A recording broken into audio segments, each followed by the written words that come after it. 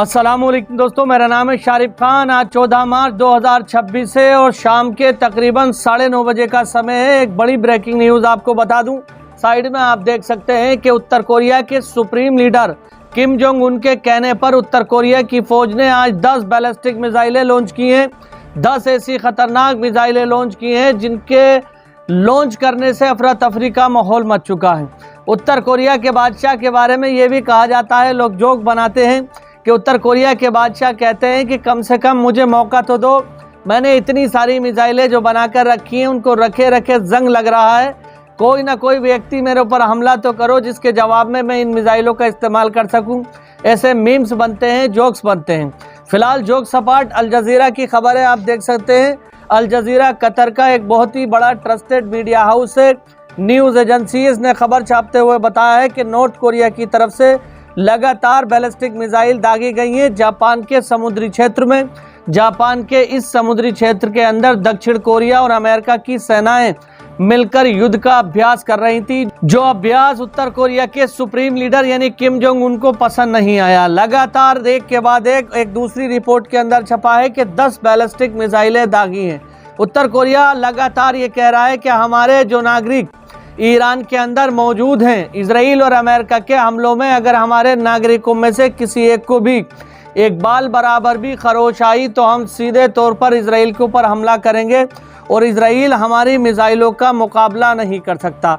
बार बार उत्तर Korea के बादशाह की तरफ से कई सारे बयान भी आते हैं और कई सारी ऐसी अफवाहें भी फैलती हैं, लेकिन आज उत्तर कोरिया ने 10 मिसाइलें दागकर जापान के समंदर में, जापान के अंदर हाई अलर्ट जारी कर दिया है, दक्षिण कोरिया के अंदर हाई अलर्ट जारी कर दिया है और इसी के साथ साथ अमेरिका की चिंता भी बढ़ा दी है। अमेरिका भी ईरान में ही उलझा हुआ है। अमेरिका की तरफ से भी ईरान का मसला ही सोल्व नहीं हुआ है कि उत्तर कोरिया की तरफ से आज बैलिस्टिक मिसाइलें लॉन्च कर दी गई हैं। उत्तर कोरिया की इन मिसाइलों का जवाब दक्षिण कोरिया अगर देता है तो आप समझ सकते हैं कि एक और नया वॉर फ्रंट खुल सकता है, यानी एक और नया जंगी मैदान बन रहा है। उत्तर कोरिया के सुप्रीम लीडर की तरफ से खुली चेतावनी जारी की गई है कि मेरे देश के समुद्री क्षेत्र के आसपास मुझे वॉर एक्सरसाइज पसंद नहीं है। हालांकि वो जापान की टेरिटरी में वॉर एक्सरसाइज चल रही थी, लेकिन यहाँ पर किम जोंग उन भड़क चुके हैं। इसी के साथ साथ एक और बड़ी खबर आप देख सकते हैं, टुडेज न्यूज़ ने इस खबर को साझा करते हुए बताया है कि north Korean state television claim that Netanyahu was killed along with his brother and 6 generals.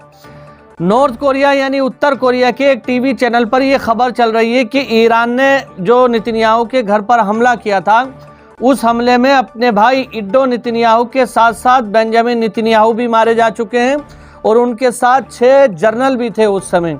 यह खबर छुपाई जा रही है। नेतन्याहू के मौत पर आने वाले कुछ दिनों में इस खबर का खुलासा हो जाएगा। अब इस खबर की पुष्टि किसी ऐसे न्यूज़ चैनल ने या ईरान की तरफ से या अमेरिका की तरफ से या इजराइल की तरफ से नहीं की गई है।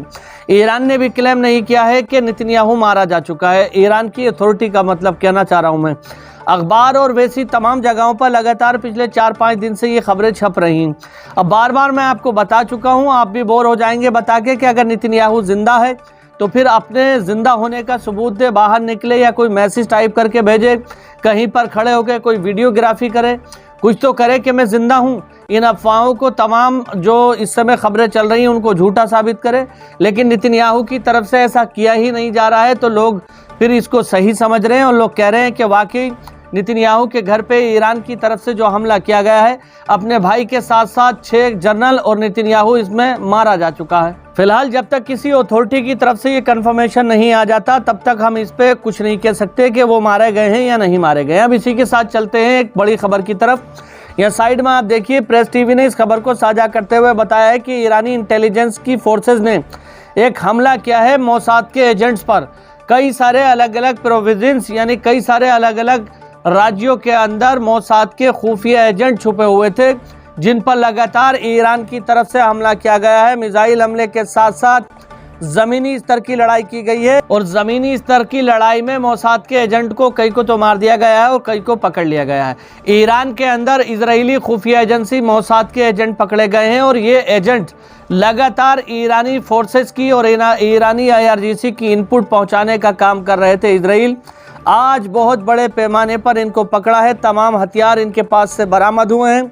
वीडियो फुटेज के अंदर तमाम चीज़ें दिखाई गई हैं और इसी के साथ साथ ये बताया गया है कि ईरान लगातार सर्च अभियान चला रहा है कि इजराइल की खुफिया एजेंसी मोसाद के जो एजेंट ईरान के अंदर या ईरान के पड़ोसी जगहों पर जहां पर भी मौजूद हैं उनको पकड़कर और उनको वहां की अदालत के हिसाब से सज़ा दी जाए। लेकिन लगातार मोसाद के एजेंट ईरानी फोर्सेस से बचते हुए आ रहे थे। अब तक आज बड़ी कामयाबी मिली है ईरानी फोर्सेस को। ज़मीन पर मोसाद के एजेंट से जब ईरानी फौज का मुकाबला हुआ तो चंद मिनटों के अंदर ही मोसाद के एजेंट्स को अरेस्ट कर लिया गया है। इसी के साथ साथ एक और बड़ी खबर यहाँ दिखाई गई है। करंट रिपोर्ट ने छापते हुए बताया है कि an Iranian drone destroy a US C RAM defence system near the US embassy in Baghdad.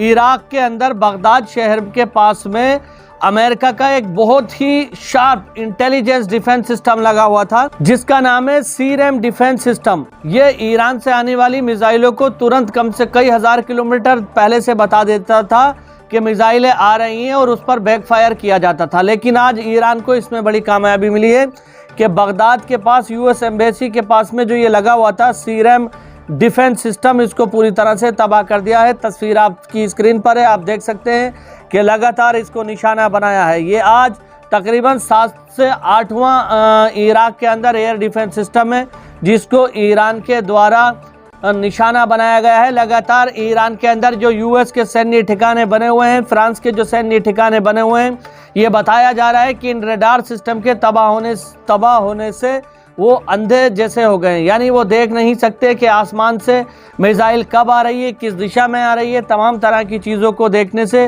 वो पूरी तरह से पीछे हट चुके हैं और यही वजह है कि इराक का जो एरिया है वो फ्रांस की और अमेरिकी सेनाओं के लिए बहुत मुश्किल हो चुका है वहाँ पर टिके रहना। अब इसी के साथ एक और बड़ी खबर आपको बता दूं कि इजराइल 2006 के बाद से पहली बार लेबनान की तरफ इतना बड़ा कदम उठा रहा है कि लेबनान के और इजराइल के बॉर्डर से लगने वाली लैतानी नदी का जो एरिया है जहां पर हिजबुल्लाह के ठिकाने बताए जाते हैं उस पूरे एरिया पर ग्राउंड ऑपरेशन चलाने के लिए बड़ी तादाद में फोर्सेस पहुंचा रहा है। इस खबर के अंदर आप देख सकते हैं कि इजराइल की तरफ से लार्ज स्केल ग्राउंड ऑफेंसिव इन साउथ लेबनान के अंदर 2006 के बाद से अब तक इतना बड़ा ज़मीनी संघर्ष नहीं हुआ है जितने बड़ी ज़मीनी संघर्ष की तैयारी इस समय इजराइल की सेनाओं की तरफ से की जा रही है। लैतानी नदी का जो एरिया है उसको पूरी तरह से सीज करने के ऑर्डर दिए गए हैं इजराइल में। और ये लैतानी नदी आपकी स्क्रीन पर यहाँ पर आप देख सकते हैं, ये जो नक्शा आपको दिखाई दे रहा है, पीली पीली जगह पर आसमानी कलर की जो एक पट्टी लगी हुई है, ये लैतानी नदी है। इस पे लिखा हुआ है लैतानी रिवर। तो इस पूरे एरिया के हिस्से पर ये पहाड़ों से ढका हुआ है, यानी कि पहाड़ों के बीच से एक नदी गुजर रही है। उस एरिया पर हिजबुल्लाह के लड़ाकों के जगह जगह पर कैंप लगे हुए हैं, जगह जगह पर इस पूरे एरिया पर हिजबुल्लाह का कब्जा है और यहीं से इजराइल के ऊपर लगातार फायर किए जा रहे हैं, मिसाइलें लॉन्च की जा रही हैं, रॉकेट दागे जा रहे हैं, जिससे इजराइल के हिस्से पूरी तरह से डैमेज हो रहे हैं, डिस्ट्रक्शन वहां पर बढ़ चुका है। तो इजराइल के पास अब कोई रास्ता नहीं बचा है सिवाय इसके कि वो लेबनान के अंदर घुस के हिजबुल्लाह के लड़ाकों को डिज़ार्म करे, उनके ठिकानों को वहां से हटाए। लेकिन क्या इजराइल के लिए हिजबुल्लाह के लड़ाकों को हटाना इतना आसान है? तो मैं आपको बता दूं कि हिजबुल्लाह के लड़ाकों के जो ठिकाने हैं वो पहाड़ों के अंदर है। नदी के जो साइडों में ऊंची ऊंची पहाड़े हैं उनके अंदर उनके ठिकाने बने हुए हैं।